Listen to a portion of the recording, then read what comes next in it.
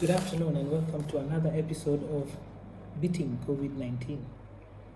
In today's episode, we are going to cover a continuation of what we covered yesterday.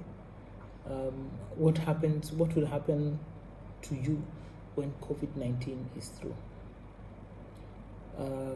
As you can see, the world is opening up and COVID-19 the pandemic is coming to a close.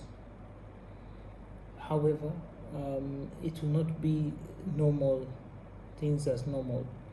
As you can see, the recommendations for, like in Kenya, opening up the restaurants are very strict, and that will mean that a lot of the services that we enjoyed previously will be restricted in some ways, and also there will be changes.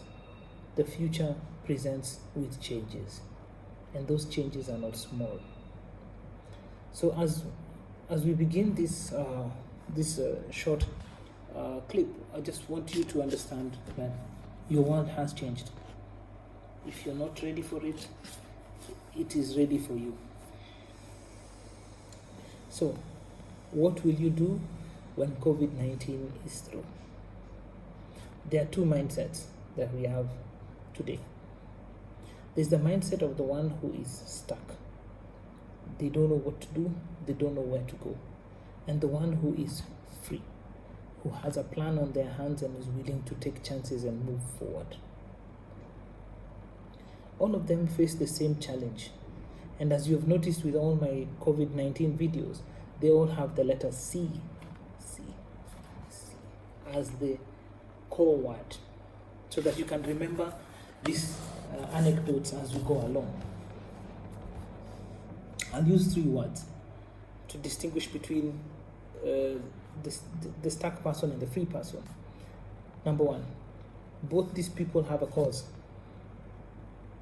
Like a cause, what's the cause of this thing? What is the reason why something does failed or worked? What's the cause? Or what's your reason for living? What's your cause? What are you fighting for? Number two, the cause like a cause of a river. The second also means for both parties, you'd have a cause, like cause of study. What will you study? What will you do? What is the chain of actions that you're going to take? What is the cause of your actions? As in, what direction are you going to go? Which route are you going to use? Like a river's course, it cuts through the valleys and zigzags, and some parts it's straight, some parts it's slow, some parts it's deep, some parts it's fast. Also a course like a field of study, like a course in medicine, in tailoring, in masonry. Last is the cost. How much does it cost? How much are you willing to pay for it? Or how much will it cost you? How much will you owe? Now, in those two different mindsets, it is better to understand how a stuck person thinks and how a free person thinks. Now, in this coronavirus age, a stuck person says the cause of all his problems is the virus.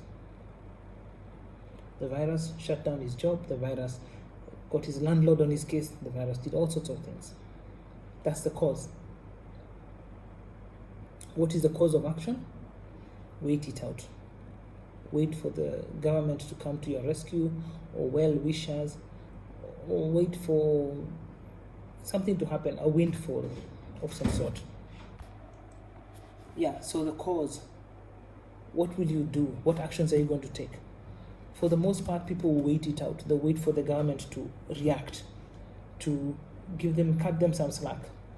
While the free person does it differently. He will make time to assess the problem, divest from the things that are costing him, and invest in that which will give him profit. That's the cause. That's the route he's going to take to get out of it. And what's the cost? For the stuck person, this pandemic is going to cost him his job. It's going to cost him his home. And most likely going to cost him his life, or the lifestyle he has been living. Whereas the free person, the cost is going to be more time to learn a new skill, to start a side hustle, to move away from the mainstream. Let me break it down. If you want to be free, then your cause must be your reason for living. The reason why you wake up every morning. You do not want to miss your rent. You do not want to miss you don't want your children to go hungry. So that becomes your driving force. Your cause becomes your driving force. Yes, the coronavirus has caused a lot of problems, but that should not stop you from turning your life's ambitions into a new direction. Number 2, what course of action are you going to take? If you wait or hesitate, then you will be met by the problem. But if you assess, divest, and invest, you will meet the problem head on. Now, 2 questions. Would you rather meet a prepared problem or prepare to meet a problem? Yeah, good one. Next is the cost. How much does this situation owe you?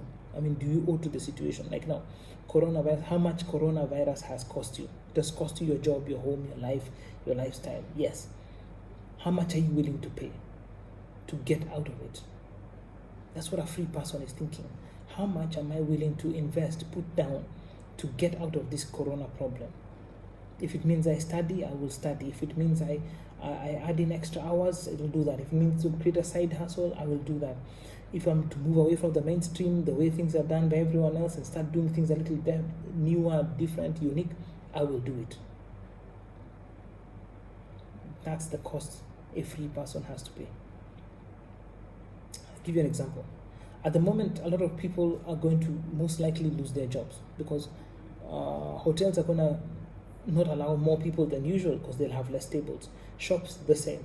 And opening up for business does not mean everything will go back to normal.